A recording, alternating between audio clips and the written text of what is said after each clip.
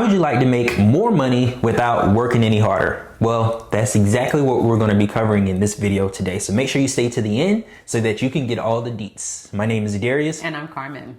In this video, it's important that we share this imperative these days because who wants to work harder?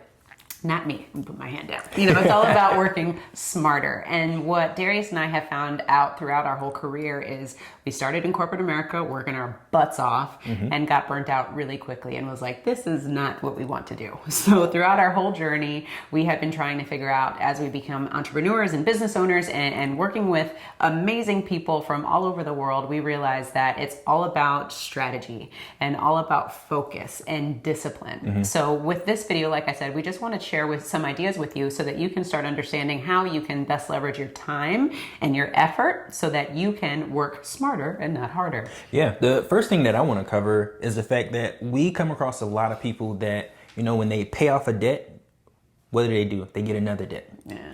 So it's just a vicious cycles that just continues to happen over and over again. And the thing that I learned with habits, we don't create new habits. We just, replace them with a different habit. Yeah. So if we're used to, getting in debt, then when we pay off a loan, then we're going to continue to get in debt. So the first secret to making more money without working any harder is cash flow. When you pay off What is cash flow? I would say understand what cash flow is. Yeah. That's the secret. Yeah, understanding what cash flow is. If you take your income minus your expenses, and what you're left with is your cash flow. Easy peasy. But when it comes to debt, what a lot of people should be doing is replacing the debt that they have with something that's generating them income. Whew. So you should take that debt and pay off more debt. Yes. Or take that debt and continue to save it. Put it away. Put it away. Go figure. Because, and I'm saying this, I'm being sarcastic, but I know first and foremost how painful this can be and how difficult this can be, because I've been there in those shoes where you get back in debt, you pay it off, you get back in debt, you pay it off, and just not putting that money away. It's a habit that we continue to do over and over again. It's a habit, but I also think it's lack of knowledge too. I think there is some ignorance, at least for me in my case, there was some ignorance to it, like putting money away. If I was spending $150 a month on a specific debt and that debt's paid off, put it away. That should be common knowledge, but for me it wasn't. Well, it's not common knowledge because we've been also conditioned to do that. When you take a look at social media, when you take a look at marketing or the way we're advertised to, have you ever seen an advertisement that says to save money? No, you always see an advertisement to get the latest, greatest iPhone, the latest, greatest, shiny new car. You want to keep up with the latest trends. It's all around spending money. You're right, consumerism and getting that next credit card that gives you the most points. Yeah. Yeah. So definitely conditioning. I'm glad that you said that point. That's a really big thing. So back to cash flow, sorry. So back to cash flow, what you have to do is just kind of curb that appetite to spend. It's going to be really difficult because everything around you and everyone around you is telling you not to save. Yeah. There's, if you make a payment on your credit card, they're going to remind you that you need to continue making the payment, but there's nothing to remind you to save money.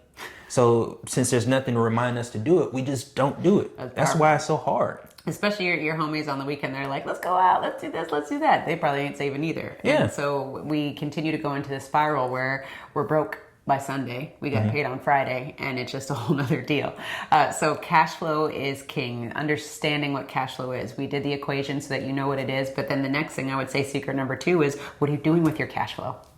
It's one thing to just put it away and save it, but the next thing is to understand how to do things that are going to bring money to you, create assets. What's putting money in your pocket instead of taking money out?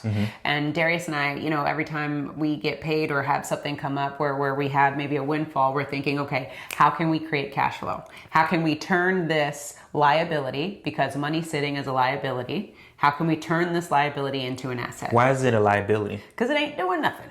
Yeah, it's not putting any money in your pocket. The simple form. It ain't doing nothing. It's not putting any money into your pocket. So any money that you're sitting on, think like a bank. We're putting that in our mind. We're thinking like a bank. Anytime banks are sitting on money, that money is a liability because they're not doing anything with it. And they have bills to pay. They have branches, they have offices, they have employees that they got to pay. So in order for them to keep their doors open, they got to keep money in motion, keep it moving, and figuring out assets that they can utilize to bring money back home. Now, the interesting thing, I'm glad you mentioned the banks, is because the banks, the way they think about money is the opposite in which we think. Oh, yeah. So maybe that's why. Who's the opposite? Is it the banks or is it us? It's us. That's the opposite. Yeah. Because it's in the bank's best interest to condition us to continue to spend money so that we can pay them back that money with interest, which is debt, which is loans. Now, when it comes to an asset, what's considered a asset to a bank is a loan to us. Yes. Because that's putting money into their pocket. Every time they give us a credit card and we pay them back and we use it and pay them back with interest, that is considered an asset. Now, the money sitting inside of our bank account is an asset to us, but a liability to them because they have to pay you a small amount of interest on it. So that's money that's leaving their facility and going back to you. Yeah, yeah. So how do we convert all of our liabilities into assets? What we have to do is start thinking like a bank. Yeah. And if we use our cash flow to start to earn our own debts, then those debts become assets for us because instead of paying them principal and interest, we're going to be paying that back to ourselves. Yeah, and not continuing to go in that cycle of paying off debt and going back into debt. We're going to take that same $150 that I was talking about earlier and put it in a vehicle that's going to allow us to make money. Yeah, and what vehicle is that? Well, Darius, I'm so glad you asked. Perfect segue. That is whole life insurance. That's exactly what we use to put our money into a savings mechanism that is going to, one, grow compound interest, earn compound interest for us, provide us a death benefit, so it's going to protect our family, but also allows us to utilize these savings and leverage them so that we can invest. We can do whatever we want to own our own lifestyle. So it's important that you understand this. And if this is something that you want to model, then definitely click on the link below to join the Wealth Nation. It is important that we share this information so that we can serve you. Right. Now that, you got me on the bank kick, one thing I want to say is that banks, when you take a look at their capital, when you take a look at all the capital that they have, they only use about 15% of their capital to lend. Yes. What do you think they're doing with the other 85% of their assets? Moving it. They're moving it with inside the bank. Cooking.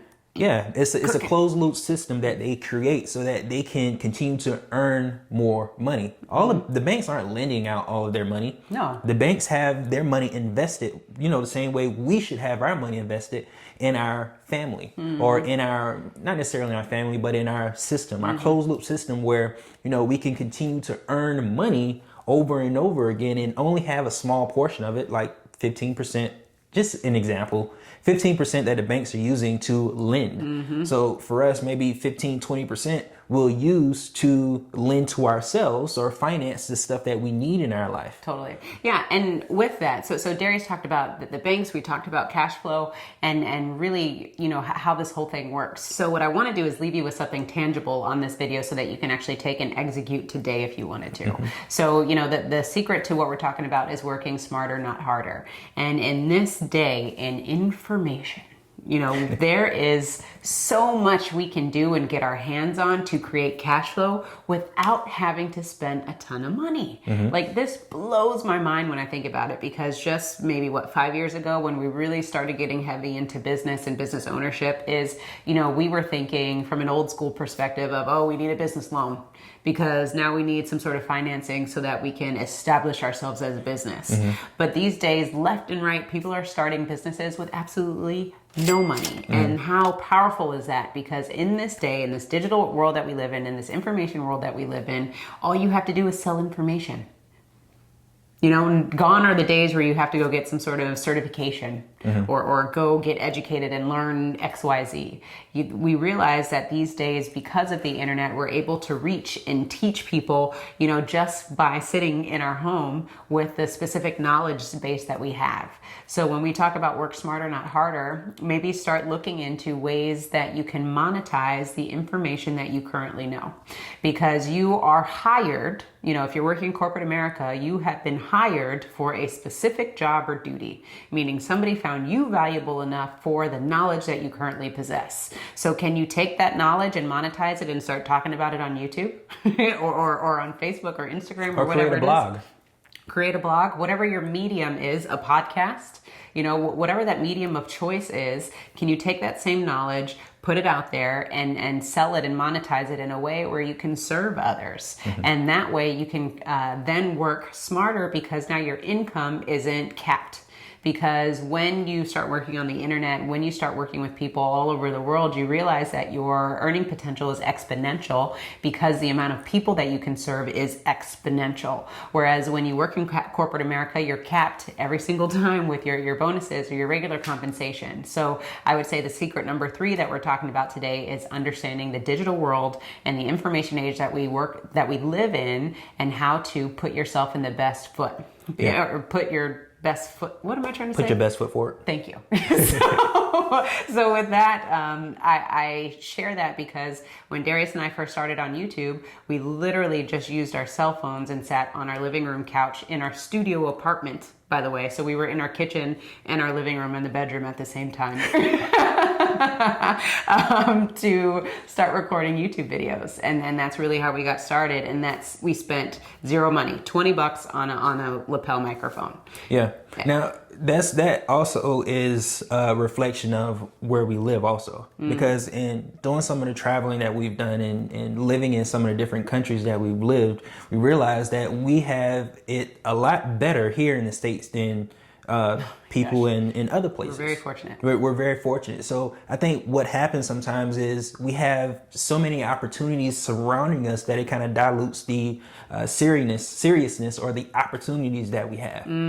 That's powerful. So what I want everyone to do is really just start taking inventory of what you are good at. How are you currently making money, and how can you monetize the information that you have so that you can, put yourself in a better position so that you can create maybe a side hustle, or maybe create a second business, so that you can start handling your money differently. Start handling your money like the banks, because even when you think about the banks lend money on a variety of different things, but the foundation of which they exist is the same.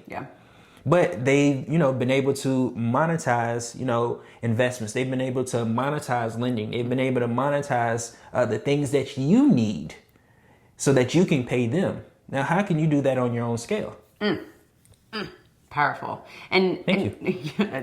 we need to break this down, right? We need to break this down because Darius just said a mouthful, and because we understand banking, I think that it hits home for us, but maybe it might not hit home for you at home who are watching us because you're not familiar with what we're talking about. So to put it in a perspective, let's break it all the way down. If you are a hairdresser, let's simplify this and give specific examples. If you're a hairdresser, guess what? In this day and age, not a lot of people want to go out and get their hair done, but these people need to know how to get their hair done. Correct. So how can you monetize this knowledge? You can create videos doing different hairstyles. Thank you for that. I was processing my next thought, but you filled in the gap. Thank you for that. So yeah, you can do videos. You can blog about it. You can create a podcast about it. You can partner with different companies and products so that you can showcase what exactly that they do, so that you can create the easy to style at home look, the Zoom look, business on top, party at the bottom, whatever it is, so that you can then start educating the public. So what Darius was saying is, how can you teach people? How can you serve people in a capacity that people are going to need you? Every single day we learn that the knowledge that we possess, the next person needs. You know what I'm saying? Like, it could be landscaping. A lot of people are staying home these days and people want to improve their yard. People want to improve their patio. People want to do some rebuilding in their houses, and YouTube's views are up exponentially. I can't remember what that number was, but it was like the views on Netflix and YouTube have like significantly increased these days because everyone's home watching these videos. So what can you do to teach somebody how to change a light bulb? Maybe you're an electrician. Maybe you do something with Excel and you can teach people how to work in Excel on YouTube, and you don't have to spend any money to get this started. So that's why we want to bring these examples to the forefront so that it maybe plants a seed for you so that you can think about, what can I start doing to make money? Yeah. And, one thing we want to say is years ago, we came from $130,000 of debt, not even including the mortgage. And we were working a 9 to 5. I was an engineer and Carmen was a construction manager. So our perspective of business changed when our perspective of money changed.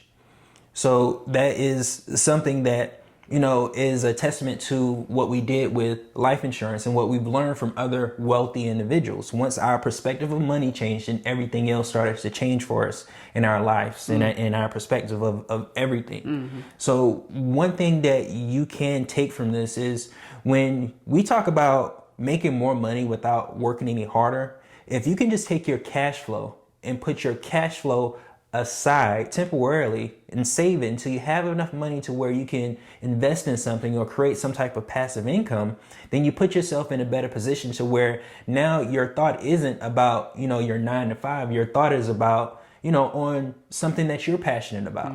When you're able to redirect your time or buy back your time, then you have more time to think about what's important. You have more time to think about how to make more money. And that's, the most important thing is when we go to work, our mind is bombarded by what's happening. True. And we're exhausted by the time we're finished with our 8 hours, 10 hours, or 12 hours. It's very reactive. Now, when you can buy back your time, that's less brain power that you have to use thinking about what you're physically doing, but you can then take that and put that brain power, that knowledge, that information that you have into something that generates passive income for you. And with that, with taking the cash flow and injecting it into investing in yourself, aka a business, when we talked about the fact that these days you don't need business loans anymore because you really don't need to start with a whole bunch of funding because of all the resources that we have at our fingertips that are free. So if you're that hairdresser and you're making videos online, like we said, it doesn't cost any money. You probably already have a smartphone anyway because you are probably taking pictures of all of the cuts and the updos that you're doing, or if you're a barber, same thing. So all you do is if you need products, if you need services, you're taking that cash flow and injecting it into this business because you're going to get a return from it. So when we're talking about being productive and using